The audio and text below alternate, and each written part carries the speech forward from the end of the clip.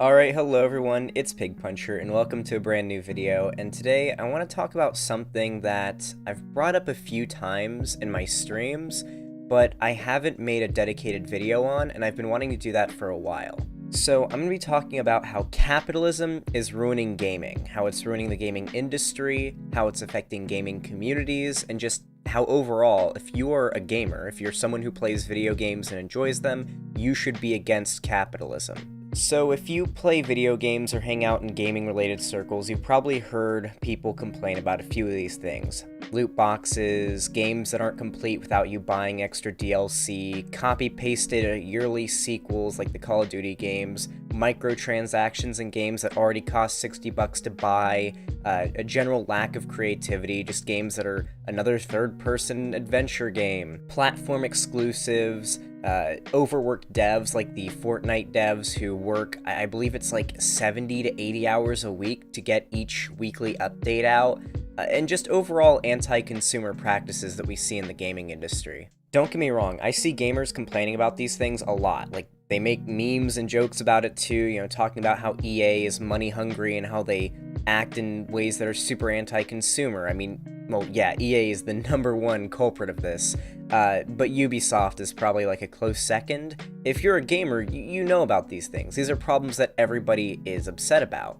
However, it seems like most of the time it's the publishers and the devs and the companies that make the games that end up getting the shit, rather than the economic system that's incentivizing these corporations to do these things. So here's the thing. Video games are art, and they've always been art, and historically speaking, capitalism and art have never really gotten along, because art is something that somebody makes with time and effort and passion, while capitalism incentivizes creation of something that is low-hanging fruit, something that just works, something that you can mass produce for profit. There's no heart, there's no effort or passion that goes into it. Now, I hear a lot of people make the complaint that if it weren't for capitalism, if it weren't for a financial incentive, games wouldn't be being made anymore. We wouldn't have any new games being produced, and that's complete bullshit. You don't even have to look outside of America, or even just the West in general, to see this isn't true. Look at the indie game industry. Most game critics, most people who are entrenched in the gaming community, tend to praise indie games over AAA titles all the time. Take Rags, for example, someone who I respect despite having quite a few disagreements with. He always says don't buy the big AAA industry yearly game, buy an indie game instead. But he never acknowledges, or people like him never acknowledge, that capitalism is the problem here. Look at Minecraft. It was an indie game that, if you talk to Notch, someone who, granted, I don't like very much, but if you talk to him, and people have, he didn't make Minecraft thinking it was going to explode like it did and become the biggest game ever made. He was just making something for fun. He made it because he had passion in this idea, and the game that he made ended up being now the largest game ever made, a whole 10 years after it's come out.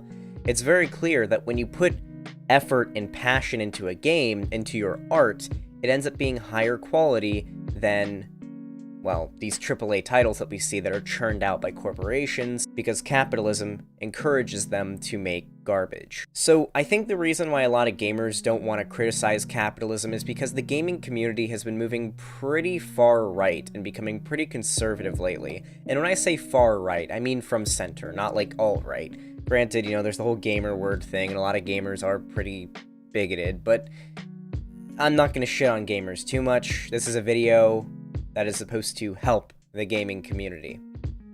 But I do want to say that I think the gaming community is going to start taking a left turn again. After Donald Trump Donald Trump just started blaming shootings on violent video games. This is something that we haven't heard from a large conservative pundit in quite a while.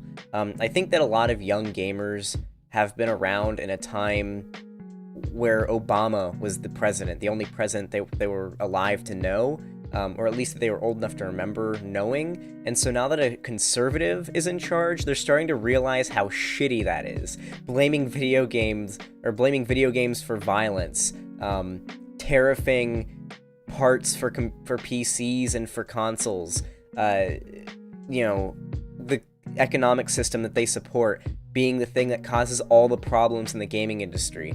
I think they're going to start realizing that and probably start taking a more of a left turn pretty soon. I think that's a good thing. But yeah, that's all I wanted to talk about today. Hopefully this video didn't come out seeming too rushed or scrambled. I'm trying to do daily uploads because, you know, I have to survive. But if you did enjoy this video, please leave a like. If you have any input or just even want to just help with the algorithm, leave a comment. Yeah, that's all I have for today. Be sure to join the fan Discord in the link in the description. Follow me on Twitter. There's a link to that in the description as well as following me on Twitch and Mixer. You can follow me on there too. Also, go to my website, pigpuncher.com, if you want to financially support me and donate or subscribe on the website. The website is also where I stream to and where I read the actual chat. I have like a custom chat that's super great on the website. It's way better, so please do go there if you want to, you know, actually have me read your chats when I stream. And yeah, that's gonna be it for today. Thank you all so much for watching. Pig Puncher, out.